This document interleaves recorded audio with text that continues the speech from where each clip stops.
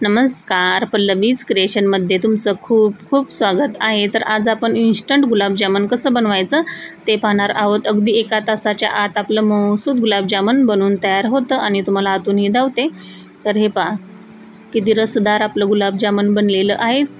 तर चला तर मग रेसिपीला सुरुवात करूयात। तर इथे मी सुरुवातीला गिट्सचं प्रीमिक्स घेतलेलं आहे आणि पाठीमागं सर्व अशी माहिती दिलेली आहे कसं करायचं। तर त्या पद्धतीने आता आपण करून घेऊयात। तर प्रीमिक्स एका बाउलमध्ये काढून घेऊयात हे पहा। आणि ते आपल्याला आता 100 ते 130 ml पर्यंत पाणी घ्यायला सांगितलेलं आहे। तर पाणी थोडंफार कमी जास्त झालं तरी चालेल। हे पहा पाऊण कप आपल्याला पाणी लागलेलं आहे सुरुवातीपासून मळण्यासाठी। थोडंफार कमी जास्त झालं तरी काही होत नाही, फक्त पीठ आपल्याला जास्त असं सैलसर करायचं नाही। हे पहा थोडंसं हाताला असं चिटकतं सुरुवातीला। या पद्धतीने असं मिक्स करून घ्यायचं आहे। सुरुवातीला जरी असं थोडंसं सैलसर वाटलं तर काय होतं, भिजल्यानंतर अजून पीठ हे आटरून येतं।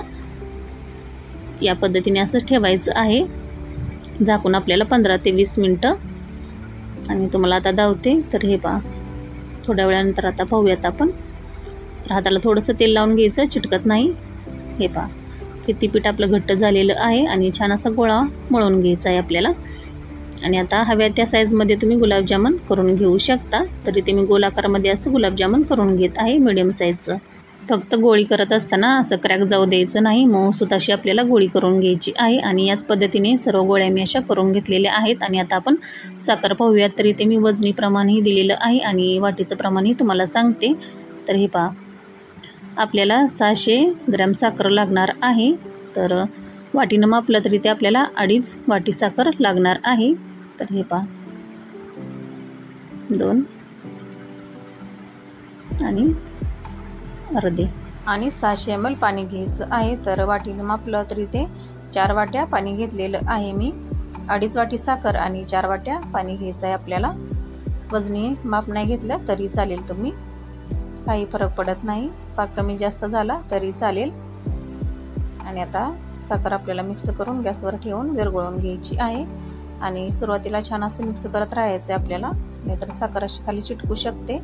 फुल गॅसवर एक उकळी काढल्यानंतर 2 ते 3 चमचे इथे मी दूध टाकून घेत आहे, त्यामुळे पाक आपला छान असा क्लीन होतो। तर हे पहा साखरेमध्ये थोडीशी घाण असते, तर दुधामुळे पूर्णपणे अशी निघून जाते। तर फुल गॅसवर अशी उकळी काढून तुम्हाला धावते। हे पहा किती निघत आहे आणि तुम्हाला पाकही धावते नंतर। तर हे पहा 2 ते 3 मिनिटं असं बारीक गॅसवर उकळी काढून आपल्याला सर्व अशी घाण काढून घ्यायची आहे। थोडाफार असा कचरा असू शकतो यामध्ये साखरेमध्ये।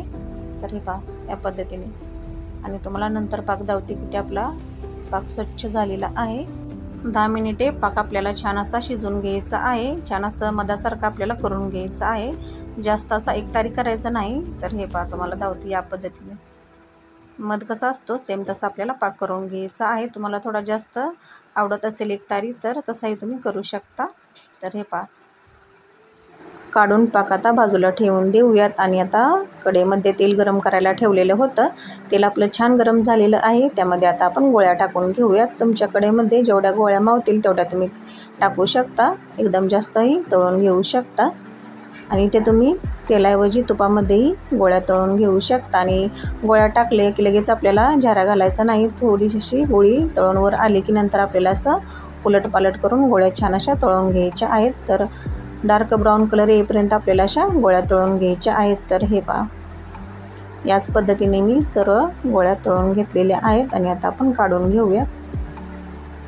हे पहा तुम्हाला जास्त असा ब्राऊन कलर आवडत असेल तर तुम्ही तशाही गोळ्या तळून घेऊ शकता। आणि आता पाकामध्ये टाकून घ्यायच्या आहेत। आणि पाक आणि गोळ्या लगेचच असं गरम गरम नसावं, दोन्हीही थोडंसं असं कोमट असावं, नाहीतर असं गोळ्या जास्त मऊ होतात आणि शिजल्यासारखं गुलाबजामुन लागतं आपल्याला। तर हे पहा पाकही आपला थोडासा नरम झालेला आहे आणि गोळ्या मी थोड्याशा अशा नरम करून घेतलेल्या आहेत।